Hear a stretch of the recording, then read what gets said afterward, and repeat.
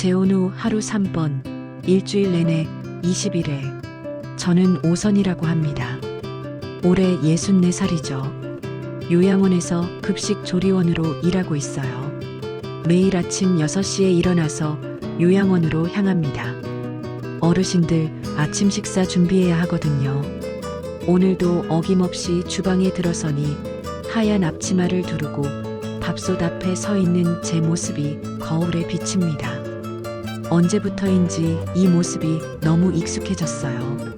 그러던 어느 날이었습니다. 정기검진을 받으러 병원에 갔어요. 6개월에 한 번씩 받는 건강검진이거든요. 대기실에 앉아서 순서를 기다리고 있는데 옆자리에 앉은 남자분이 말을 걸어왔어요. 오늘 검진 받으러 오셨나 봐요? 돌아보니 제 또래쯤 되어 보이는 남자였어요. 머리가 희끗희끗하지만 얼굴에 웃음기가 많아 보였습니다. 네, 그렇습니다. 저도 마찬가지예요. 나이가 드니까 이런 것도 챙겨야 하잖아요. 그가 웃으면서 말했어요. 목소리가 참 따뜻했습니다. 처음 뵙는 것 같은데 이 동네 사세요? 네, 여기서 조금 떨어진 곳에 살아요. 아, 그렇군요. 저는 문태수라고 합니다. 택시를 몇십 년 몰다가 작년에 은퇴했어요. 문태수? 이름도 정겨웠어요. 저는 오선이에요. 요양원에서 일하고 있습니다. 아, 힘드실 텐데. 어르신들 돌보는 일이 쉽지 않잖아요. 그가 진심으로 걱정하는 표정을 지었어요. 오랜만에 누군가가 제 일을 걱정해주는 말을 들어봤습니다. 다른 일보다는 보람이 있어서 견딜만해요. 그런 마음가짐이 대단하시네요. 요즘 그런 분들이 많지 않은데. 문태수는 말이 참 많았어요. 택시기사 시절 이야기도 해주고 재미있는 손님들 이야기도 들려줬어요. 오랜만에 웃음이 나왔어요. 진짜로 배에서 우러나오는 웃음이었어요. 오선이님, 검진 준비해주세요. 간호사가 제 이름을 불렀어요. 일어나려는데 문태수가 말했습니다. 다음에 또 뵐 수 있을까요? 이렇게 좋은 분을 만나기가 쉽지 않은데. 저는 잠시 망설였어요. 낯선 사람과 연락처를 주고받는 게 어색하기도 했거든요. 하지만 오랜만에 느껴본 따뜻한 마음 때문이었을까요? 네, 괜찮습니다. 휴대폰 번호를 주고받았어요. 검진을 받는 동안에도 계속 문태수 생각이 났습니다. 오랜만에 누군가와 대화다운 대화를 나눴다는 게 새삼 신기했어요. 집에 돌아와서도 그 생각이 계속 났어요. 말하는 모습, 웃는 모습, 진심으로 제 이야기에 귀 기울여주던 모습. 혼자 있는 시간이 길다 보니 이런 작은 만남도 특별하게 느껴지는 것 같았습니다. 그날 밤 잠자리에 누워서 생각했어요. 언제부터 누군가와 이렇게 자연스럽게 웃어본 적이 없었을까? 요양원에서도 웃긴 하지만 그건 일하면서 짓는 웃음이거든요. 오늘처럼 마음에서 우러나오는 웃음은 정말 오랜만이었어요. 문태수는 과연 연락을 할까 싶었는데 이틀 후에 문자가 왔어요. 안녕하세요. 병원에서 만난 문태수입니다. 검진 결과는 어떻게 나오셨나요? 그 문자를 받고 저도 모르게 미소가 지어졌어요. 누군가가 제 안부를 묻는다는 게 이렇게 기분 좋은 일인지 몰랐어요. 다행히 별 이상 없다고 나왔어요. 태수 씨는 어떠세요? 자연스럽게 반말이 나왔어요. 나이 차이가 크지 않다 보니 편하게 느껴졌나 봅니다. 이렇게 작은 안부 인사로 시작된 우리의 연결고리. 그때는 몰랐죠. 이 만남이 제 인생을 완전히 바꿔놓을 거라는 걸 말입니다. 문태수와의 문자가 오가기 시작한 후로 제 일상에 작은 변화가 생겼어요. 요양원에서 일하는 중에도 휴대폰이 울리면 가슴이 두근거렸습니다. 퇴근길 버스에서도 창밖 풍경이 예전보다 밝아 보였어요. 처음엔 정말 단순한 안부였어요. 날씨 이야기, 건강 이야기, 하루 있었던 소소한 일들. 하지만 그런 평범한 대화들이 저에겐 너무나 소중했습니다. 누군가가 제 하루를 궁금해한다는 것, 제가 잘 지내고 있는지 걱정해준다는 것, 이런 게 이렇게 마음을 따뜻하게 만드는구나 싶었어요. 오늘 요양원에서 재미있는 일 있었어요? 문태수의 문자를 받고 저는 하루를 되돌아보게 됐어요. 평소라면 그냥 지나쳤을 작은 일들이 누군가에게 들려주고 싶은 이야기가 되더라고요. 김할아버지가 오늘 제가 만든 된장찌개를 3그릇이나 드셨어요. 그러고는 고향에서 어머니가 끓여주던 맛이랑 똑같다고 하시더라고요. 와, 정말 뿌듯하셨겠어요. 선희 씨 손맛이 정말 좋은가 봐요. 이런 대화들이 계속 이어졌어요. 택시 운전하면서 만난 사람들 이야기, 은퇴 후 새로 시작한 텃밭 가꾸기 이야기. 문태수는 정말 이야기할 거리가 많은 사람이었어요. 한 달 정도 이런 문자와 가끔씩 만나는 시간이 이어졌을 때 문태수가 조심스럽게 말을 꺼냈어요. 선희 씨, 저희 좀 더 자주 만날 수 있을까요? 이렇게 문자로만 이야기하기엔 아쉬워서요. 그때부터 일주일에 한 번씩 만나기 시작했어요. 처음엔 카페에서, 그 다음엔 공원을 산책하면서. 문태수는 정말 배려심이 많은 사람이었어요.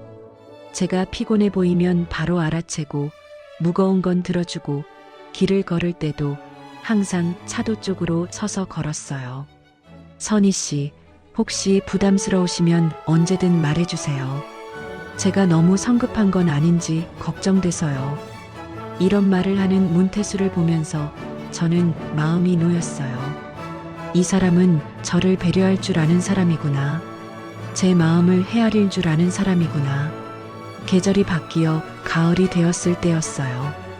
단풍이 예쁘게 물든 공원을 함께 걸으면서 문태수가 말했어요. 선희 씨, 저와 함께 살 생각 없으세요? 갑작스러운 말이었지만 놀랍지는 않았어요. 어느 정도 예상하고 있었거든요. 하지만 막상 그 말을 들으니 마음이 복잡했습니다. 갑작스럽게 들리실 수도 있지만 저는 진심이에요. 선희 씨와 함께하는 시간들이 너무 소중해서요. 물론 천천히 생각해 보셔도 돼요. 집에 돌아와서 밤새 고민했어요. 재혼이라는 게 쉬운 결정은 아니잖아요. 특히 저희 나이에 새로운 시작을 한다는 것. 하지만 동시에 이런 생각도 들었어요. 혼자 사는 게 편하긴 하지만 외롭다는 것. 누군가와 함께 나누는 일상의 소중함도 느끼고 있었거든요. 며칠 뒤 만났을 때 저는 대답했어요. 저도 태수 씨와 함께하고 싶어요. 다만 서두르지 말고 천천히 시작해봐요. 문태수의 얼굴에 환한 웃음이 번졌어요. 그 웃음을 보니 제 선택이 틀리지 않았다는 생각이 들었습니다. 혼인신고는 간단하게 했어요. 주변에 알리지도 않고 구청에 가서 서류만 작성했습니다. 큰 결혼식이나 피로연 같은 건 생각하지 않았어요. 저희 나이에 그런 것들이 무슨 의미가 있겠어요. 자녀들에게는 미리 말씀드렸어요. 제게는 아들 하나가 있고 문태수에게는 딸 하나가 있었거든요. 처음엔 둘 다 조심스러워했어요. 엄마, 정말 괜찮으신 거죠? 너무 성급한 건 아니고요? 아들이 걱정하는 표정으로 물었어요. 걱정 마. 엄마도 충분히 생각해 본 일이야. 그분 참 좋은 사람이야. 문태수의 딸인 지연이도 처음엔 어색해했어요. 아버지가 재혼한다는 게 쉽게 받아들여지는 일은 아니겠죠. 하지만 저희가 서로를 진심으로 생각한다는 걸 알고는 축복해 주더라고요. 아버지가 혼자 계실 때보다 훨씬 밝아지셨어요. 선희 어머니 덕분인 것 같아요. 지연이의 이런 말을 들으니 마음이 따뜻해졌어요. 동거를 시작한 건 혼인신고 한 달 후였어요. 문태수가 제 집으로 이사를 왔어요. 제 집이 조금 더 넓었거든요. 짐이 많지 않아서 이사도 간단했습니다. 첫날 밤 문태수의 짐들이 제 집 곳곳에 자리 잡는 모습을 보니 신기했어요. 4년 만에 다시 누군가의 물건들이 제 공간에 함께 있다는 것. 화장실에 남자용 세면용품이 놓여 있고 옷장에 남자 옷들이 걸려 있는 모습. 낯설었지만 나쁘지 않았어요. 불편한 거 있으면 언제든 말해주세요. 제가 맞춰갈게요. 문태수가 조심스럽게 말했어요. 새로운 환경에 적응하느라 문태수도 긴장하고 있다는 걸 알 수 있었어요. 첫 주는 정말 조심스러웠어요. 서로 눈치를 보면서 생활했거든요. 화장실 사용 시간, 텔레비전 채널, 식사 시간, 이런 것들을 서로 맞춰가며 지냈어요. 그런데 신기한 건 생각보다 큰 불편함이 없었다는 거예요. 문태수는 정말 배려심이 많은 사람이었어요. 제가 먼저 화장실을 사용할 수 있게 해주고, 제가 보고 싶은 드라마가 있으면 양보해주고, 설거지나 청소도 자연스럽게 도와주었어요.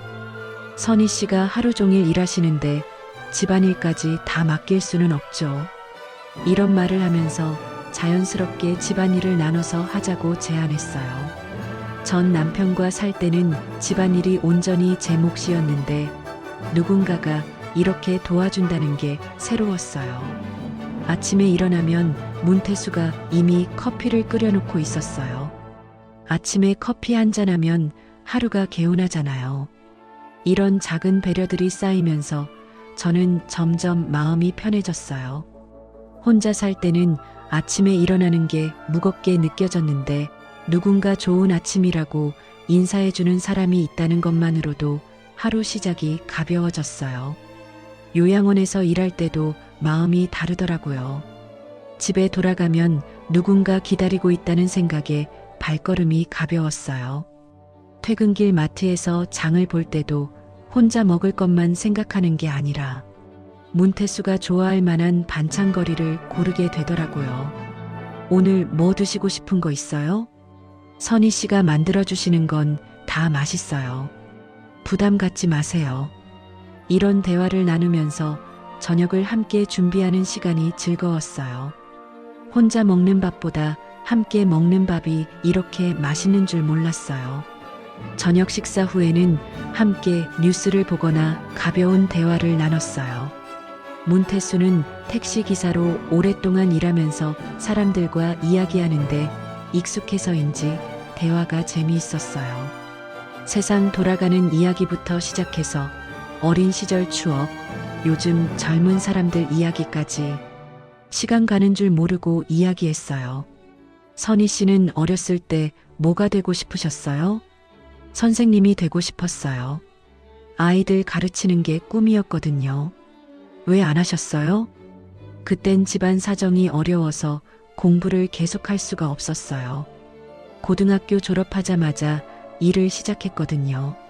아, 그랬군요. 그래도 지금 요양원에서 하시는 일도 어르신들을 돌보는 일이잖아요. 어떻게 보면 선생님 역할과 비슷한 거 아닐까요? 이런 식으로 제 이야기에 진심으로 귀 기울여주고 긍정적으로 해석해주는 문태수를 보면서 저는 제 선택이 옳았다는 확신이 들었어요. 한 달이 지나고 두 달이 지나면서 저희는 점점 자연스러운 부부가 되어갔어요.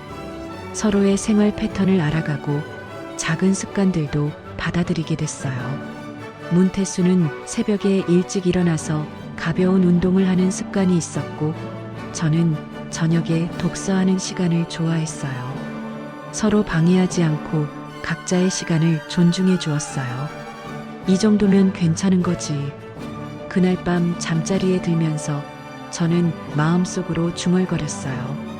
재혼에 대한 불안함도 있었지만 지금까지는 모든 게 순조롭게 흘러가고 있었어요. 문태수는 제가 걱정했던 것처럼 고집센 남자가 아니었고 저에게 무리한 요구를 하지도 않았어요. 오히려 혼자 살 때보다 더 편안했어요.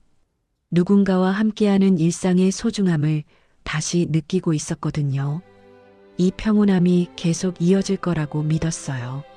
저희 나이에 큰 변화나 문제가 있을 리 없다고 생각했어요. 새로운 시작에 대한 기대감과 함께 잠들던 그 밤들. 그때만 해도 저는 몰랐어요. 이 평온한 일상이 곧 완전히 뒤바뀔 거라는 걸 말입니다. 동거를 시작하고 처음 맞는 밤이었어요.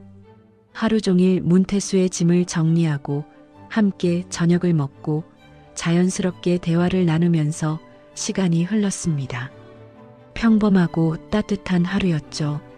설거지를 함께 마치고 거실에서 뉴스를 보던 중이었어요. 문태수가 갑자기 리모컨을 내려놓고 저를 바라봤어요. 선희 씨, 정말 고마워요. 오늘 하루 너무 행복했어요. 그 말과 함께 문태수가 제 손을 잡았어요. 따뜻하고 거친 손이었어요. 택시 운전을 오래 해서 그런지 손에 굳은 살이 있었죠. 저도 좋았어요. 이렇게 함께 있으니까 집이 훨씬 따뜻해진 것 같아요. 제가 대답하자 문태수의 눈빛이 달라졌어요. 뭔가 간절하고 애틋한 표정이었어요. 그리고는 조심스럽게 제 어깨에 손을 올렸습니다. 처음엔 단순한 스킨십인 줄 알았어요. 부부가 된 이상 이런 정도의 친밀감은 자연스러운 거니까요. 하지만 문태수의 손길이 점점 더 적극적이 되더라고요. 선희 씨, 문태수가 제 이름을 부르는 목소리에 뭔가 다른 감정이 담겨 있었어요. 저는 순간 당황했어요. 예상했던 것보다 훨씬 빠르게 상황이 전개되고 있었거든요. 태수 씨, 제가 조금 머뭇거리자 문태수가 말했어요. 선희 씨, 저희 이제 부부잖아요. 저는 선희 씨를 정말 사랑해요. 그 말을 하면서 문태수가 저를 더 가까이 끌어당겼어요. 68세라는 나이가 무색할 정도로 적극적이었어요. 저는 잠시 말을 잃었어요. 사실 예상하지 못한 건 아니었어요. 부부가 되었으니 그런 관계를 갖는 것도 당연한 일이죠. 하지만 첫날 밤부터 이렇게 적극적일 거라고는 생각하지 못했어요. 첫날이니까 그럴 수도 있지. 속으로 이렇게 생각하면서 저는 문태수의 마음을 받아들였어요. 사랑하는 사람과 함께하는 시간이니까 나쁠 게 없다고 생각했거든요. 하지만 문태수의 열정은 제가 예상했던 것보다 훨씬 강했어요. 마치 젊은 신혼부부 같은 에너지를 가지고 있더라고요. 68세라는 나이가 믿어지지 않을 정도였어요. 처음엔 그저 오랫동안 혼자 지내서 그런가 보다 싶었어요. 저도 마찬가지였으니까요. 4년 동안 혼자 살면서 누군가와의 친밀함이 그리웠던 것처럼 문태수도 같은 마음이었을 거라고 생각했어요. 그날 밤이 끝나고 나서 침대에 누워 있는데 문태수가 말했어요. 선희 씨, 정말 행복해요. 이런 기분이 드는 게 언제만인지 모르겠어요. 문태수의 얼굴에는 정말 행복한 표정이 있었어요. 만족스럽고 편안해 보였죠. 저도 나쁘지 않았어요. 다만 조금 놀랐을 뿐이었어요. 저도 좋았어요. 진심이었어요. 비록 예상보다 적극적이긴 했지만 문태수의 사랑을 느낄 수 있었거든요. 그저 표현 방식이 좀 강렬한 것뿐이라고 생각했어요. 다음 날 아침에 일어났을 때 문태수는 이미 커피를 끓이고 있었어요. 잘 주무셨어요? 네, 잘 잤어요. 평범한 아침 인사를 나누면서도 어젯밤 일이 자꾸 떠올랐어요. 문태수의 그런 모습이 새롭기도 하고 신기하기도 했어요. 요양원에 출근해서 일하는 동안에도 계속 생각났어요. 동료들과 점심을 먹으면서도 멍하니 있다가 정자 언니가 물어봤어요. 선희야, 왜 그래? 무슨 생각해? 아니에요.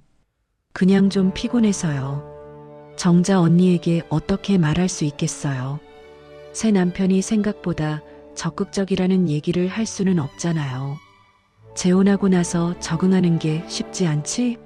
서로 익숙해지는데 시간이 좀 걸릴 거야. 정자 언니가 이해한다는 듯이 말했어요. 맞는 말이었어요. 서로 다른 환경에서 살아온 사람들이 함께 살기 시작하면 적응 기간이 필요한 거니까요. 퇴근 후 집에 돌아가는 길에 마트에 들러서 문태수가 좋아할 만한 반찬거리를 샀어요. 어젯밤 일 때문에 뭔가 더 잘해주고 싶다는 마음이 들었거든요. 집에 도착했을 때 문태수가 반갑게 맞아줬어요. 어서 와세요. 오늘 하루 어떠셨어요?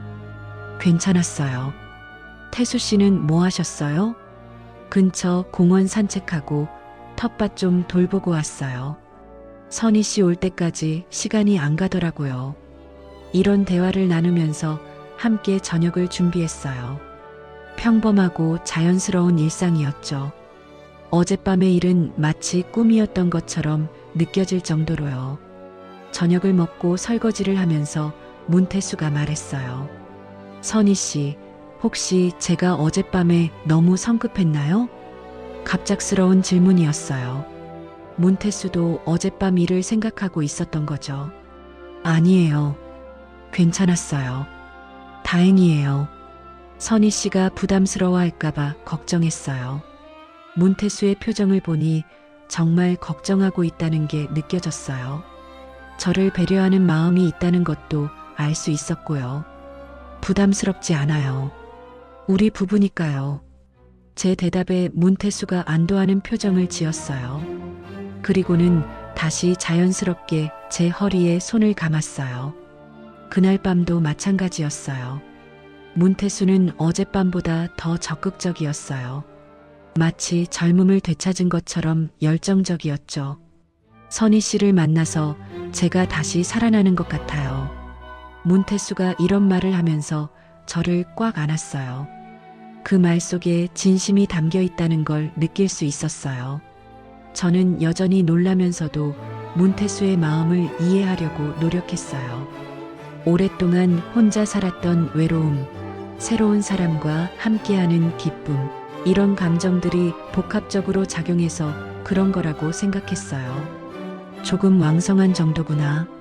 속으로 이렇게 생각했어요. 문제라고 여기지는 않았어요. 오히려 저를 그만큼 사랑한다는 뜻이라고 받아들였거든요. 일주일이 지나면서 저는 문태수의 패턴을 알게 되었어요. 아침에 일어나자마자 그리고 저녁 시간, 거의 매일 똑같은 시간에 저에게 애정 표현을 했어요. 처음엔 로맨틱하다고 생각했어요. 저를 그만큼 사랑한다는 뜻이니까요. 하지만 점점 예측 가능해지다 보니 조금 부담스럽기도 했어요. 선희 씨, 저와 함께 있을 때가 가장 행복해요. 문태수는 늘 이런 말을 했어요. 진심으로 행복해하는 모습이었죠. 저도 그 행복을 함께 나누고 싶었어요. 하지만 때로는 조금 쉬고 싶을 때도 있었어요. 하루 종일 요양원에서 일하고 나면 몸이 피곤하거든요. 그런데 그런 말을 어떻게 할 수 있겠어요? 새로운 남편의 사랑을 거절할 수는 없잖아요. 내가 예민한 건가? 가끔 이런 생각이 들었어요. 사랑하는 사람의 적극적인 애정 표현을 부담스러워하는 게 이상한 건 아닐까 싶었어요. 어떤 날은 문태수가 하루에 2번씩 저에게 다가올 때도 있었어요. 아침에 1번, 저녁에 1번.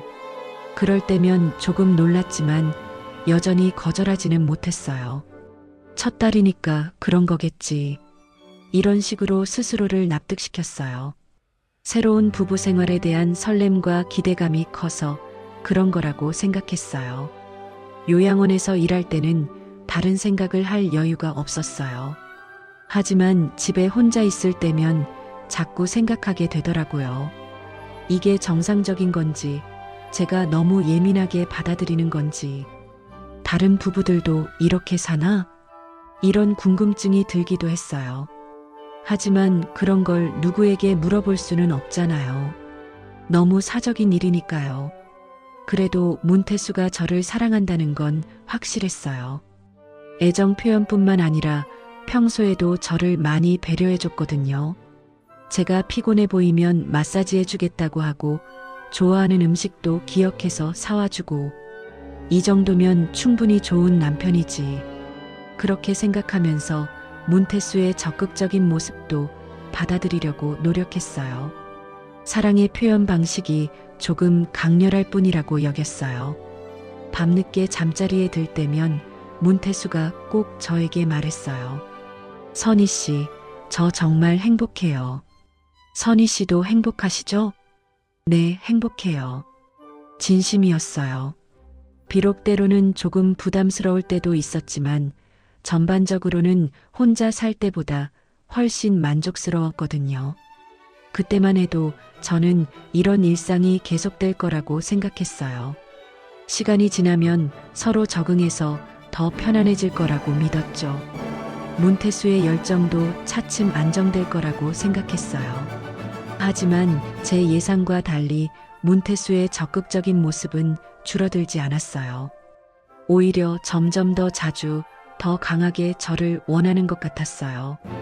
그때부터 저는 조금씩 다른 감정을 느끼기 시작했습니다. 동거를 시작한 지 한 달이 지났을 때였어요. 그날은 평소와 다른 일이 벌어졌습니다. 새벽 6시, 평소보다 조금 일찍 일어났어요. 요양원 아침 준비를 해야 해서 알람을 일찍 맞춰뒀거든요. 조용히 침실을 나가려는데 문태수가 눈을 떴어요. 벌써 일어나세요? 네, 오늘 일찍 나가야 해서요. 더 주무세요. 그런데 문태수가 일어나더니 저에게 다가왔어요. 아직 잠이 덜 깬 듯한 모습이었는데도 말이에요. 선희 씨, 문태수가 제 팔을 잡으면서 말했어요. 목소리가 평소와 달랐어요. 뭔가 간절하고 애타는 듯한 톤이었죠. 태수 씨, 제가 준비해야. 조금만요. 정말 조금만. 문태수의 표정을 보니 거절하기가 어려웠어요. 간절하게 저를 바라보고 있었거든요. 마치 며칠 동안 못 본 것처럼 말이에요. 결국 저는 문태수의 마음을 받아들였어요.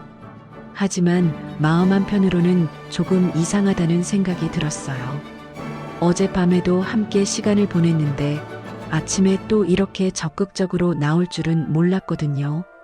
고마워요, 선희 씨. 이렇게 하루를 시작하니까 기분이 너무 좋아요. 문태수가 만족스러운 표정으로 말했어요. 저도 나쁘지는 않았지만 시간에 쫓기는 느낌이 있어서 조금 급했어요. 이제 정말 준비해야 해요. 물론이죠. 빨리 준비하세요. 평소보다 30분 늦게 집을 나섰어요. 버스를 기다리면서 생각했어요. 아침부터 이런 일이 있으니 뭔가 하루가 다르게 시작되는 느낌이었어요. 요양원에 도착해서 일을 시작했는데 자꾸 아침 일이 떠올랐어요. 문태수의 그 간절한 표정, 마치 오랫동안 기다린 것 같은 모습, 이상했어요. 어젯밤에도 함께 있었는데 말이에요. 점심시간에 집에서 문자가 왔어요. 선희 씨, 점심 드셨어요? 집에 오시면 맛있는 거 해드릴게요. 평소와 똑같은 문자였어요. 하지만 왠지 다르게 느껴졌어요. 아침에 있었던 일 때문이었을까요? 퇴근 시간이 다 되어갈 무렵 또 문자가 왔어요. 언제 집에 오세요? 기다리고 있어요. 이 문자를 받고 저는 묘한 기분이 들었어요. 기다리고 있다는 말이 예전과는 다른 의미로 들렸거든요. 집에 도착했을 때 문태수가 현관에서 기다리고 있었어요. 평소보다 더 반가워하는 것 같았어요. 어서 오세요. 오늘 하루 어떠셨어요? 괜찮았어요. 태수 씨는 뭐 하셨어요? 선희 씨 생각하면서 시간 보냈어요. 하루가 너무 길더라고요. 이런 말을 하면서 문태수가 저를 꼭 안았어요. 평소보다 더 오래, 더 꽉 안더라고요. 저녁을 함께 준비하고 먹으면서는 평범한 대화를 나눴어요. 하지만 문태수가 자꾸 제 손을 만지고 어깨에 손을 올리고 이런 스킨십이 평소보다 잦았어요. 선희 씨, 오늘 너무 보고 싶었어요. 아침에 봤잖아요. 그래도 부족해요. 문태수가 웃으면서 말했어요. 농담처럼 들렸지만 표정은 진지했어요. 설거지를 하고 있는데 문태수가 뒤에서 저를 껴안았어요. 선희 씨, 또 그 목소리였어요. 아침에 들었던 것과 똑같은 톤이었어요. 간절하고 애타는 듯한. 지금요? 네. 정말 보고 싶었어요. 저는 잠시 망설였어요. 아침에도 그랬는데 또 그런 걸까요? 하지만 문태수의 표정을 보니 거절하기가 어려웠어요. 점심시간이었어요. 문태수가 갑자기 저에게 전화를 걸었어요. 선희 씨, 지금 바쁘세요? 점심시간이에요. 왜요? 그냥 목소리가 듣고 싶어서요. 점심 맛있게 드세요. 짧은 통화였지만 뭔가 이상했어요. 평소에는 점심시간에 전화하지 않았거든요. 오후 일을 하면서 계속 그 전화가 신경 쓰였어요. 그냥 안부를 묻는 전화였지만 목소리에 뭔가 다른 감정이 섞여 있는 것 같았어요. 퇴근하고 집에 도착했을 때도 마찬가지였어요.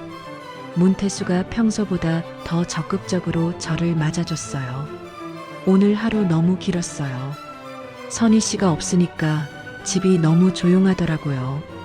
저녁을 먹고 나서 거실에서 텔레비전을 보고 있는데 문태수가 소파로 와서 제 옆에 바짝 붙어 앉았어요. 평소보다 더 가까이 말이에요. 선희 씨, 오늘 정말 보고 싶었어요. 왜 그렇게 보고 싶었어요? 그냥 선희 씨가 없으면 안 되겠어요. 이런 대화를 하면서 문태수가 제 어깨에 머리를 기댔어요. 그리고는 조용히 말했어요. 선희 씨, 또 그 목소리였어요. 하루에 벌써 3번째였어요. 아침에 1번, 점심시간 전화로 1번, 지금 또 1번. 그때 제 머릿속에 처음으로 계산이 스쳤어요. 하루에 3번이면 잠깐만, 이게 정상적인 건가요? 아침에도 그랬고 점심시간에도 그런 뉘앙스의 전화를 걸었고 저녁에도 또 그런 분위기를 만들고. 하지만 바로 그런 생각을 지웠어요. 내가 너무 예민하게 생각하는 건 아닐까요? 문태수는 그냥 저를 사랑하는 마음을 표현하는 것뿐일 텐데. 괜찮아요, 선희 씨. 피곤하시면 그냥 쉬어요. 문태수가 제 표정을 보고 말했어요. 배려하는 목소리였지만 아쉬운 듯한 표정도 함께 있었어요. 아니에요, 괜찮아요. 결국 저는 또 문태수의 마음을 받아들였어요. 하지만 마음 한편으로는 계속 이상한 생각이 들었어요. 하루에 3번. 이게 정말 정상적인 건가요? 다른 부부들도 이렇게 하나요? 그날 밤 잠자리에 들면서도 계속 생각났어요. 아침, 점심, 저녁. 마치 식사 시간처럼 규칙적이었어요. 이상하다는 생각이 자꾸 들었어요. 하지만 동시에 이런 생각도 들었어요. 내가 너무 예민한 건 아닐까? 사랑하는 남편이 애정을 표현하는 건데 이걸 이상하다고 생각하는 게 오히려 문제가 아닐까? 다음 날도 마찬가지였어요. 아침에 일어나자마자 점심시간 전화, 그리고 저녁. 똑같은 패턴이 반복됐어요. 선희 씨, 제가 너무 과한가요?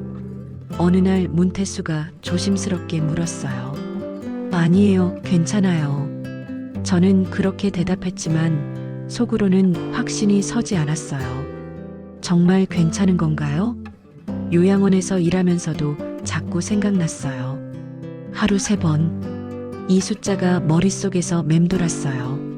다른 사람들한테 물어볼 수도 없고 이런 건 너무 사적인 문제라 누구에게도 상담할 수 없었어요. 혼자 고민할 수밖에 없었죠.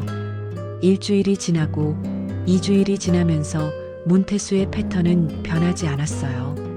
하루 3번. 거의 시계처럼 정확했어요. 가끔은 문태수가 미안해하는 표정을 지을 때도 있었어요. 선희 씨, 제가 너무 귀찮게 하는 건 아니죠? 아니에요. 귀찮지 않아요. 하지만 이렇게 대답하면서도 속으로는 복잡한 감정이 들었어요. 귀찮다고 할 수는 없지만 때로는 좀 쉬고 싶을 때도 있었거든요. 특히 요양원에서 힘든 하루를 보내고 왔을 때는 더 그랬어요. 몸이 피곤한데도 문태수의 기대에 부응해야 한다는 부담감이 있었어요. 내가 이상한 건가? 자꾸 이런 생각이 들었어요. 남편의 사랑을 부담스러워하는 제가 이상한 건 아닐까요? 하지만 하루 3번이라는 숫자가 자꾸 신경 쓰였어요. 너무 규칙적이고 예측 가능했어요. 마치 일정표를 짠 것처럼 말이에요. 그래도 사랑하니까 그런 거겠지. 스스로를 달래면서 계속 문태수의 마음을 받아들였어요. 하지만 마음 깊숙한 곳에서는 뭔가 이상하다는 느낌이 계속 남아 있었어요. 어떤 날은 문태수가 더 간절해 보일 때도 있었어요. 선희 씨 없으면 정말 못 살 것 같아요. 이런 말을 하면서 저를 꽉 안을 때면 사랑받고 있다는 느낌과 동시에 뭔가 부담스러운 느낌도 들었어요. 그때만 해도 저는 이 상황을 웃어넘기려고 노력했어요. 내가 예민한 거라고 생각하면서 말이에요. 하지만 하루 3번이라는 숫자는 제 머릿속에서 지워지지 않았어요. 며칠이 더 지나면서 저는 점점 더 확실해졌어요. 이게 정말 정상적인 건지에 대한 의구심이 커져갔거든요. 하지만 아직은 문제라고 확신할 수는 없었어요. 그냥 조금 독특한 사랑의 방식일 수도 있으니까요. 일주일이 지났어요. 정확히 7일간 같은 패턴이 반복됐습니다. 아침, 점심시간 즈음, 그리고 저녁. 하루도 빠지지 않고 말이에요. 그날도 평소와 똑같았어요. 새벽에 일어나려는데 문태수가 저를 붙잡았고, 점심시간에는 보고 싶다는 전화가 왔고, 저녁에는 하루 종일 기다렸다는 말과 함께 또 그런 시간이 있었어요. 밤늦게 잠자리에 누워서 천장을 바라보고 있는데 갑자기 숫자가 떠올랐어요. 머릿속에서 자동으로 계산이 시작됐어요. 하루 3번, 일주일이면 7일, 3 곱하기 7은 하루 3번이면 일주일에 21번이잖아. 혼잣말이 저도 모르게 흘러나왔어요. 21번. 이 숫자를 실제로 입에 담고 나니 충격이었어요. 일주일에 21번이라고요? 저는 침대에서 벌떡 일어났어요. 옆에서 자고 있는 문태수를 보니 갑자기 이상한 느낌이 들었어요. 이게 정말 정상적인 건가? 68세 남자가 일주일에 21번씩 그런 걸 원한다는 게 말이 되나요? 저도 64세인데 이런 속도를 따라가는 게 가능한 일인가요? 그동안은 하루하루 넘어가기에 급급했어요. 그냥 하루 3번이라고만 생각했거든요. 하지만 일주일치를 통계로 내고 보니 완전히 다른 이야기였어요. 21번. 이 숫자가 머릿속에서 계속 맴돌았어요. 젊은 신혼부부도 이렇게 할까요? 아니, 젊은 사람들도 일주일에 21번은 좀 과한 것 아닌가요? 다음날 요양원에서 일하는 내내 이 생각뿐이었어요. 어르신들 식사를 챙기면서도 설거지를 하면서도 계속 머릿속에서 숫자가 돌아다녔어요. 21번. 정자 언니가 제 모습을 보고 걱정스럽게 물었어요. 선희야, 요즘 뭔가 피곤해 보인다. 괜찮아? 네, 괜찮아요. 하지만 거짓말이었어요. 몸이 정말 힘들어지기 시작했거든요. 처음엔 단순히 나이 때문인 줄 알았어요.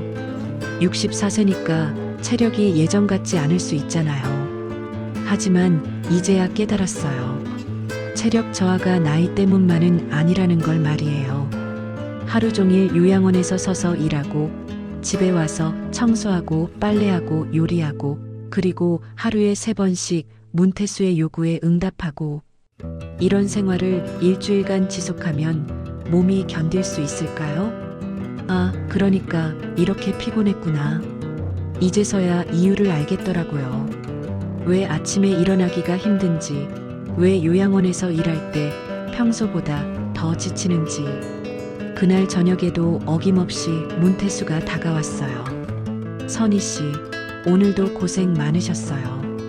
이리 오세요. 평소와 똑같은 말, 똑같은 행동이었어요. 하지만 제가 받아들이는 느낌은 완전히 달라져 있었어요. 또 속으로 이런 생각이 들었어요. 아침에도 했고 점심시간에도 그런 뉘앙스의 전화를 받았고 지금 또 하자는 거예요? 문태수의 얼굴을 자세히 봤어요. 68세라고 하기에는 너무 왕성해 보였어요. 마치 젊은 남자 같은 에너지가 있더라고요. 이 사람, 대단한 건지 미친 건지 모르겠다. 이 생각이 머릿속에 떠오른 순간 저는 깜짝 놀랐어요. 제가 남편을 미친이라고 표현하다니. 하지만 다시 생각해봐도 그 단어가 적절한 것 같았어요.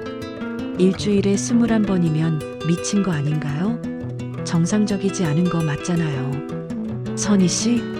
문태수가 제 표정을 보고 의아해하는 목소리로 불렀어요.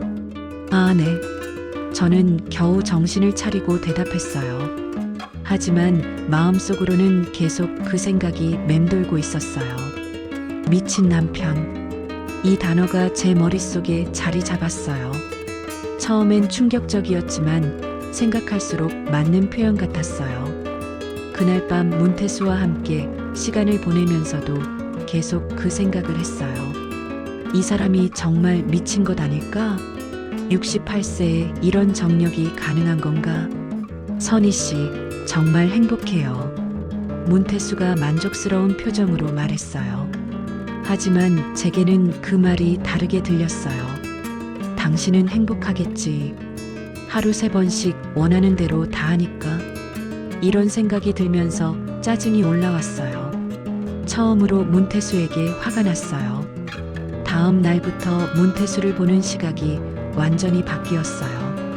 예전에는 사랑스럽게 보였던 모든 행동들이 다르게 느껴졌어요. 아침에 저를 깨우는 것도 이제는 귀찮았어요. 점심시간 전화도 부담스럽고 저녁에 다가오는 모습도 피곤하게 느껴졌어요. 일주일에 21번. 이 숫자가 머릿속에서 지워지지 않았어요. 계속 반복해서 생각하게 되더라고요. 요양원에서 일하면서도 힘이 빠져나가는 게 느껴졌어요. 평소보다 더 자주 앉아서 쉬고 무거운 것을 들기도 힘들어졌어요. 선희 씨, 괜찮으세요?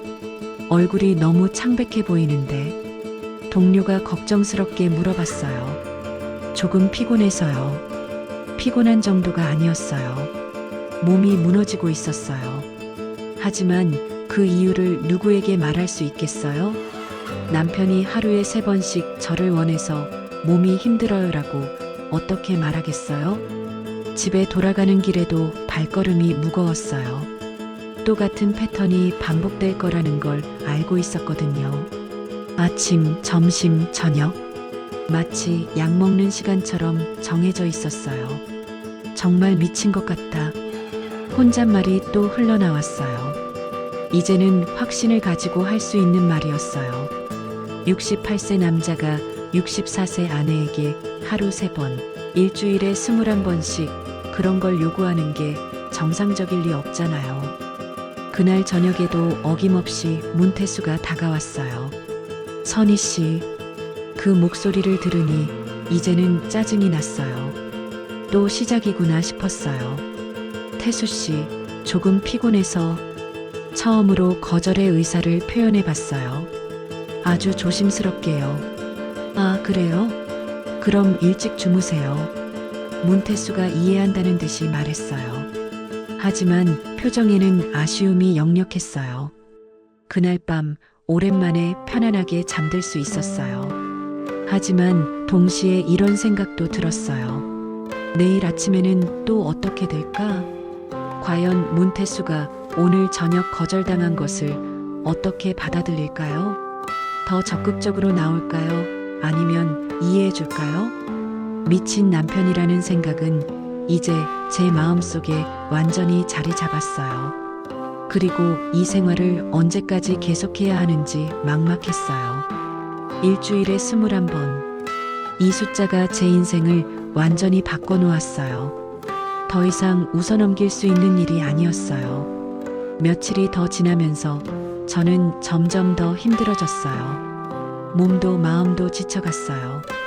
거울을 보면 얼굴이 눈에 띄게 야위어 보였어요.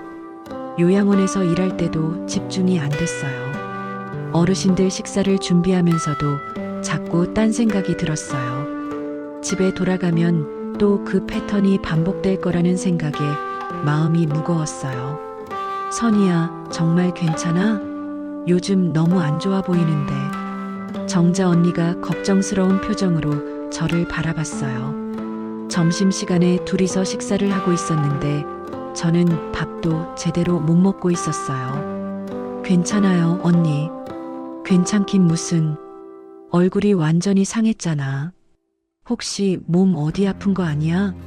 정자 언니는 저보다 2살 많지만 정말 시원시원한 성격이에요.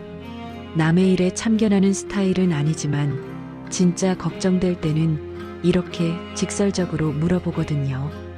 저는 잠시 망설였어요. 이런 얘기를 다른 사람에게 할 수 있을까요? 너무 사적인 일이고 말하기도 부끄러운 내용인데. 하지만 정자 언니의 걱정하는 얼굴을 보니까 마음이 약해졌어요. 이대로 혼자 끙끙 앓고 있을 수는 없을 것 같았어요. 언니, 사실은 말을 꺼내려다가 다시 멈췄어요. 어떻게 시작해야 할지 모르겠더라고요. 왜? 무슨 일인데? 말해봐. 정자 언니가 좀 더 가까이 와서 앉으면서 말했어요. 진짜 걱정하고 있다는 게 느껴졌어요. 저 재혼하고 나서 좀 힘들어요. 힘들어? 무슨 일인데? 남편이 때려? 정자 언니가 깜짝 놀라면서 물었어요. 그 반응을 보니까 제 상황이 얼마나 이상한지 알겠더라고요. 그런 건 아니고요. 그냥 너무 말을 어떻게 해야 할지 모르겠어서 계속 머뭇거렸어요. 아, 너무 뭔데? 시원하게 말해봐. 너무 자주 원해요. 겨우 이 말을 꺼냈어요. 얼굴이 빨개졌어요. 64세가 돼서 이런 얘기를 하다니. 자주 원한다고? 얼마나 자주? 정자 언니가 눈을 크게 뜨면서 물었어요. 하루에 3번, 3번이라고? 정자 언니의 목소리가 커졌어요. 주변에 다른 사람들이 쳐다볼까봐 저는 손가락을 입에 대고 조용히 하라는 신호를 보냈어요. 3번이면 아침, 점심, 저녁? 네, 거의 매일. 정자 언니가 잠시 할 말을 잃었어요. 그러더니 천천히 말했어요. 선이야, 그거 이상한 거야. 우리 나이에 하루 3번은 말도 안 돼. 이 말을 듣고 저는 조금 안도했어요. 역시 제가 이상하게 생각하는 게 맞았구나 싶었거든요. 그러니까요. 저도 처음엔 사랑의 표현인 줄 알았는데 너무 힘들어요. 당연히 힘들지. 젊은 사람도 힘들 텐데. 그걸 어떻게 매일 감당해? 정자 언니가 믿을 수 없다는 표정으로 말했어요. 일주일에 21번이에요. 제가 계산한 숫자를 말하니까 정자 언니가 더 놀랐어요. 뭐? 21번이라고? 미친 거 아니야? 정자 언니도 미친이라는 표현을 쓰더라고요. 저만 그렇게 생각한 게 아니었구나 싶었어요. 그래서 요즘 너무 힘들어요. 몸도 지치고 마음도 힘들고. 그럼 싫다고 말하지 그래. 어떻게 말해요? 새로 시작한 결혼 생활인데. 저는 한숨을 쉬었어요. 이게 제일 고민스러운 부분이었거든요. 정자 언니가 잠시 생각하더니 단호하게 말했어요. 선이야, 그건 사랑이 아니라 내가 참고 버티는 거야. 그 말이 가슴에 꽂혔어요. 마치 번개 맞은 것처럼 충격이었어요. 사랑이 아니라 참고 버티는 거. 제가 중얼거리니까 정자 언니가 더 확실하게 말했어요. 맞아. 진짜 사랑이라면 상대방이 힘들어하는 걸 보고도 계속 그럴 수 있겠어? 그건 사랑이 아니라 욕심이야. 욕심. 이 단어도 충격적이었어요. 저는 지금까지 문태수의 행동을 사랑의 표현이라고 생각했는데 그게 욕심이었다는 거예요? 선이야, 넌 지금 희생하고 있는 거야. 그것도 일방적으로. 정자 언니의 말이 계속 가슴에 박혔어요. 희생, 일방적인 희생. 그런데 어떻게 해야 할지 모르겠어요. 말을 꺼내기가. 말을 해야 해. 이대로 가면 내가 먼저 쓰러져. 정자 언니가 제 어깨를 잡고 말했어요. 봐봐, 벌써 이렇게 야위었잖아. 몇 달 더 이러면 진짜 큰일 날 거야. 거울을 보지 않아도 알 수 있었어요. 옷이 헐렁해졌고 기운도 없었으니까요. 하지만 어떻게 말을 꺼내죠? 너무 많이 원하니까 좀 줄여달라고 할 수는 없잖아요. 왜 못해? 부부끼리 못할 말이 뭐가 있어? 솔직하게 말하는 게 맞아. 정자 언니의 말은 맞았어요. 하지만 실제로 하기는 어려웠어요. 선이야, 지금 너한테 필요한 건 용기야. 내 몸과 마음을 지킬 용기. 이 말을 들으니까 뭔가 깨달음이 왔어요. 지금까지 저는 문태수의 마음만 생각했지, 제 자신의 마음은 생각하지 못했어요. 맞아요. 저도 사람인데 제 기분도 중요하잖아요. 그래, 그렇게 생각해야 해. 결혼은 한 사람이 희생해서 유지하는 게 아니야. 정자 언니가 고개를 끄덕이면서 말했어요. 그런데 언니, 혹시 다른 부부들은 어떤가요? 우리 나이에 하루 3번? 말도 안 돼. 일주일에 한두 번이면 많은 거야. 정자 언니가 단호하게 말했어요. 역시 그렇죠? 저도 그렇게 생각했어요. 당연하지. 너희 남편이 특이한 거야. 아니, 특이한 정도가 아니라 이상한 거지. 이상하다. 정자 언니도 같은 표현을 쓰더라고요. 선이야, 이건 정말 심각한 문제야. 빨리 해결해야 해. 정자 언니의 걱정 어린 목소리를 들으니까 저도 심각성을 더 느꼈어요. 오늘 집에 가서 말해볼게요. 그래, 꼭 말해야 해. 이대로는 안 돼. 점심시간이 끝나고 오후 일을 시작했는데 머릿속은 온통 정자 언니의 말로 가득했어요. 그건 사랑이 아니라 내가 참고 버티는 거야. 이 말이 계속 맴돌았어요. 맞는 말이었어요. 저는 지금까지 참고 버텨왔어요. 사랑받고 있다고 착각하면서 말이에요. 퇴근 시간이 되니까 마음이 무거웠어요. 오늘은 정말 말을 해봐야겠다는 생각이 들었어요. 더 이상 혼자 끙끙 앓을 수는 없었어요. 집으로 가는 버스 안에서 계속 생각했어요. 어떻게 말을 꺼낼까? 어떤 식으로 표현해야 문태수가 이해할까? 내가 참고 버티는 거야. 정자 언니의 말이 또 떠올랐어요. 맞아요. 저는 지금까지 참고 버텨왔어요. 하지만 이제는 그만해야겠어요. 제 자신을 위해서, 그리고 진짜 건강한 부부관계를 위해서 말이에요. 오늘 밤 정말로 용기를 내서 말해볼 거예요. 집에 도착했을 때 문태수가 평소와 똑같이 현관에서 맞아줬어요. 어서 와세요. 오늘 하루 어떠셨어요? 똑같은 인사, 똑같은 미소였어요. 하지만 저는 이제 다른 마음으로 문태수를 바라봤어요. 정자 언니와의 대화가 계속 머릿속에 맴돌고 있었거든요. 괜찮았어요. 평소와 똑같이 대답했지만 목소리가 조금 떨렸어요. 오늘은 정말로 말을 해야겠다는 생각이 확고해졌거든요. 저녁을 함께 준비하고 먹는 동안에도 문태수는 평소와 다를 바 없었어요. 재미있는 이야기도 해주고 제가 만든 반찬을 칭찬하기도 했어요. 선희 씨 손맛이 정말 좋아요. 매일 이렇게 맛있는 밥을 먹을 수 있어서 행복해요. 이런 말을 들으면서도 저는 마음이 복잡했어요. 문태수는 정말 저를 사랑하고 있는 것 같은데 왜 그 사랑의 방식이 이렇게 힘들까요? 설거지를 마치고 거실로 나와서 뉴스를 보고 있는데 어김없이 문태수가 제 옆으로 와서 앉았어요. 선희 씨, 그 목소리가 들렸을 때 저는 심장이 빨리 뛰기 시작했어요. 또 시작이구나 싶었지만 동시에 오늘은 말해야겠다는 생각이 들었어요. 태수 씨, 저도 문태수의 이름을 불렀어요. 평소와는 다른 톤이었어요. 네, 왜요? 문태수가 의아한 표정을 지으면서 저를 바라봤어요. 저, 말하고 싶은 게 있어요. 이 말을 하는데 목소리가 떨렸어요. 정말 용기가 필요한 순간이었어요. 무슨 말씀이세요? 문태수가 좀 더 진지한 표정이 됐어요. 저는 잠시 숨을 고르고 말했어요. 사랑은 고마운데 너무 힘들어요. 이 말이 나오는 순간 문태수의 표정이 완전히 바뀌었어요. 충격을 받은 듯한 얼굴이었어요. 힘들다고요? 무엇이요? 저희가 함께하는 시간들이요. 저는 최대한 조심스럽게 말했어요.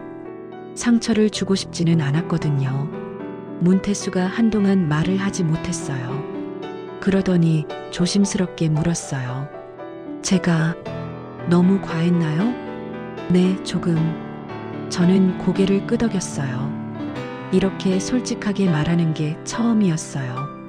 하루에 3번은 너무 많아요. 이 말을 하자 문태수의 얼굴이 더 어두워졌어요. 아, 저는 몰랐어요. 선희 씨가 힘들어 하시는 줄. 문태수의 목소리에 진심으로 미안해하는 감정이 담겨 있었어요. 제가 말을 안 했으니까요. 하지만 요즘 몸도 너무 힘들고 마음도. 저는 이렇게 말하면서 눈물이 날 것 같았어요. 그동안 혼자 참아왔던 감정들이 한꺼번에 올라왔거든요. 문태수가 잠시 고민하더니 입을 열었어요. 선희 씨, 제가 이야기할 게 있어요. 네, 사실 전 아내와도 이런 문제가 있었어요. 갑작스러운 고백이었어요. 문태수가 전 부인 이야기를 하는 건 처음이었어요. 전 아내도 나중에 이런 말을 했어요. 너무 힘들다고. 문태수의 목소리가 점점 작아졌어요. 그때도 저는 몰랐어요. 사랑하니까 자주 함께하고 싶은 게 당연한 줄 알았어요. 이 말을 들으니까 문태수의 마음이 조금 이해됐어요. 하지만 아내는 점점 저를 피했어요. 그래서 저는 더 간절해졌고 문태수가 한숨을 쉬었어요. 결국 그 문제 때문에 사이가 멀어졌어요. 아내가 세상을 떠나기 전 몇 년 동안은 거의 남남처럼 지냈어요. 이런 아픈 과거가 있었다니 저는 전혀 몰랐어요. 그래서 이번에는 다르게 하고 싶었어요. 선희 씨를 더 사랑하고 싶었고, 하지만 그 방법이 똑같았군요. 제가 이렇게 말하자 문태수가 고개를 끄덕였어요. 네, 저는 다른 방법을 몰랐어요. 어떻게 사랑을 표현해야 하는지. 문태수의 목소리에 진심으로 후회하는 마음이 담겨 있었어요. 당신이 말 안 해서 괜찮은 줄 알았어요. 전 아내처럼 피하지 않으니까 좋아하는 줄 알았고, 아, 그랬구나 싶었어요. 문태수는 제가 거부하지 않는 것을 긍정적인 신호로 받아들였던 거였어요. 저는 혼자 있는 게 너무 무서워요. 문태수가 떨리는 목소리로 말했어요. 전 아내가 세상을 떠나고 4년 동안 혼자 살았는데 그 외로움을 다시는 느끼고 싶지 않았어요. 이 말을 들으니까 문태수의 행동이 이해됐어요. 외로움에 대한 두려움 때문에 사랑을 놓지 못하는 거였어요. 그래서 선희 씨를 잃을까봐 더 간절했나 봐요. 하지만 그게 오히려 선희 씨를 힘들게 했네요. 문태수가 고개를 숙이며 말했어요. 태수 씨, 저는 문태수의 손을 잡았어요. 저도 외로웠어요. 그래서 태수 씨와 함께하게 된 거고요. 하지만 제가 너무 이기적이었네요. 이기적이라기보다는 서툴렀던 것 같아요. 제가 이렇게 말하자 문태수가 저를 바라봤어요. 사랑에 서툰 거였어요. 상대방의 마음을 헤아리는 것보다 자기 마음만 앞선 거죠. 맞아요. 저는 정말 선희 씨를 사랑하는데 그 방법을 몰랐어요. 문태수의 눈에 눈물이 고였어요. 이제라도 알게 된 게 다행이에요. 저는 정말로 그렇게 생각했어요. 문태수가 미친 남편이 아니라 그냥 사랑에 서툰 남자였던 거예요. 선희 씨, 정말 미안해요. 앞으로는 달라질게요. 어떻게 달라질 거예요? 선희 씨의 마음을 먼저 생각할게요. 제 욕구보다는 선희 씨가 편안해하는 걸 우선으로 할게요. 이런 약속을 들으니까 마음이 따뜻해졌어요. 그리고 얼마나 자주 하는 게 좋을까요? 문태수가 조심스럽게 물었어요. 일주일에 한두 번 정도면 어떨까요? 일주일에 한두 번.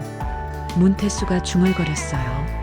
지금까지의 21번과 비교하면 엄청난 차이였죠. 많이 줄어드는 거네요. 네.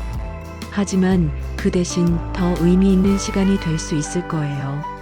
저는 이렇게 말했어요. 의미 있는 시간이요? 서로를 정말로 사랑하는 마음으로 함께하는 시간 말이에요. 횟수보다는 마음이 중요한 것 같아요. 문태수가 고개를 끄덕였어요. 맞아요. 저는 그동안 양만 생각했지 질은 생각 못했네요. 대화도 더 많이 나눠요. 함께 있는 시간을 항상 그런 걸로만 채우지 말고. 네, 그럴게요. 선희 씨와 더 많은 이야기를 나누고 싶어요. 이렇게 솔직한 대화를 나누고 나니까 마음이 한결 가벼워졌어요. 문제가 해결될 수 있을 것 같았어요. 선희 씨, 정말 고마워요. 이런 말을 하기 쉽지 않았을 텐데. 저도 말하기 전까지는 정말 고민이 많았어요. 앞으로는 이런 일 있으면 바로바로 말해주세요. 저는 정말 몰라서 그랬던 거니까. 네, 그럴게요. 그날 밤 오랜만에 편안하게 잠들 수 있었어요. 문태수도 약속대로 평소와 다르게 행동했어요. 그냥 제 옆에 누워서 손만 잡고 있었어요. 선희 씨, 사랑해요. 저도 사랑해요, 태수 씨. 진심이었어요. 이제야 진짜 사랑을 시작할 수 있을 것 같았어요. 그날 이후로 우리의 일상이 완전히 바뀌었어요. 문태수는 정말로 약속을 지켰습니다. 하루 3번이라는 무시무시한 패턴은 사라졌어요. 대신 우리는 대화부터 시작하기로 했어요. 저녁 식사 후에 거실에 앉아서 하루 있었던 일들을 자세히 나누는 시간을 가졌거든요. 선희 씨, 오늘 요양원에서 어떤 일이 있었어요? 김할아버지가 오늘 제가 만든 미역국을 보시더니 돌아가신 부인 생각이 난다고 하시면서 눈물을 흘리시더라고요. 아, 그러셨구나. 마음이 아프셨겠어요. 이런 식으로 서로의 하루를 진심으로 들어주는 시간이 생겼어요. 예전에는 이런 대화 시간이 거의 없었거든요. 항상 다른 쪽으로 흘러갔었으니까요. 문태수도 자신의 이야기를 더 많이 해주기 시작했어요. 오늘 공원에서 산책하는데 옛날 택시 손님이던 분을 만났어요. 그분이 저를 알아보고 반갑게 인사해 주시더라고요. 정말요? 어떤 분이셨는데요? 병원에 다니시는 할머니셨는데 제가 몇 년 동안 모셔다 드렸거든요. 지금은 건강이 많이 좋아지셨다고 하시네요. 이런 대화들이 쌓이면서 우리는 서로를 더 깊이 알아가게 됐어요. 문태수의 과거 이야기, 택시 기사 시절의 추억들, 그리고 저의 어린 시절 이야기까지. 무엇보다 좋았던 건 서로의 마음을 더 솔직하게 나누게 됐다는 거예요. 선희 씨, 혹시 오늘 피곤하세요? 조금 피곤해요. 그럼 일찍 주무세요. 제가 마사지 해드릴까요? 고마워요. 이제는 서로의 컨디션을 먼저 확인하고 배려하는 게 자연스러워졌어요. 예전처럼 무작정 요구하거나 무작정 참지 않게 됐어요. 일주일에 한두 번 정도 친밀한 시간을 갖기로 했는데 그마저도 서로의 기분과 상황을 고려해서 결정했어요. 선희 씨, 오늘 기분 어때요? 좋아요. 태수 씨는요? 저도 좋아요. 그럼 함께 있을까요? 네, 좋아요. 이런 식으로 서로 확인하고 동의하는 과정이 있다 보니 훨씬 의미 있는 시간이 됐어요. 억지로 하는 게 아니라 진심으로 원할 때만 함께 하니까 더 좋았어요. 몸의 변화도 느낄 수 있었어요. 예전처럼 지치지 않았고 요양원에서 일할 때도 기운이 있었어요. 얼굴색도 좋아졌다고 정자 언니가 말해줬어요.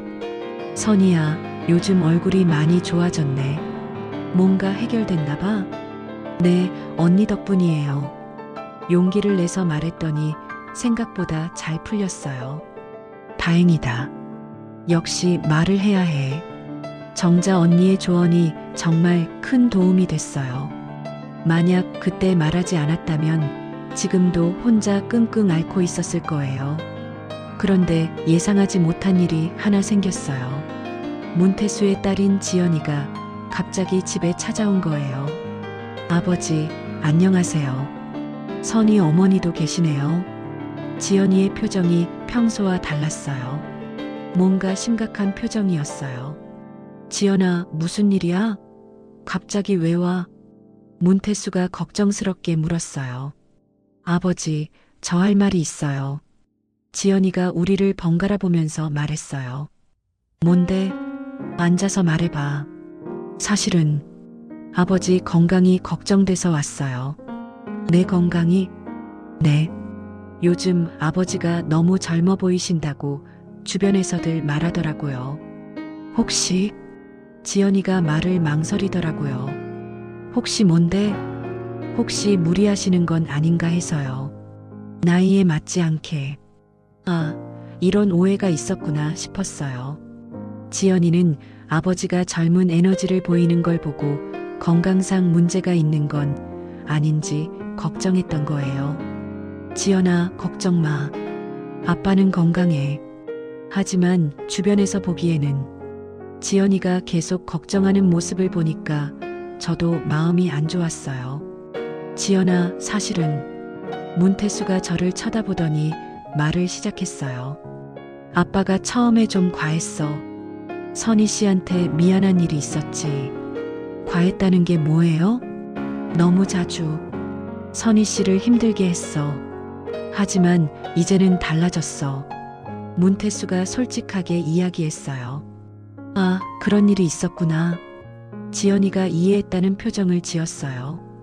선희 어머니, 아버지 때문에 많이 힘드셨죠? 처음엔 좀 그랬지만 이제는 괜찮아요. 다행이에요. 아버지가 혼자 계실 때는 정말 우울해 보이셨거든요. 그런데 어머니랑 함께 지내시면서 너무 달라지신 것 같아서 지연이의 걱정이 이해됐어요. 지연아, 이제는 서로 잘 맞춰가고 있으니까 걱정하지 마. 문태수가 딸을 안심시켰어요. 그래도 무리하지 마세요. 두 분 다. 지연이가 웃으면서 말했어요.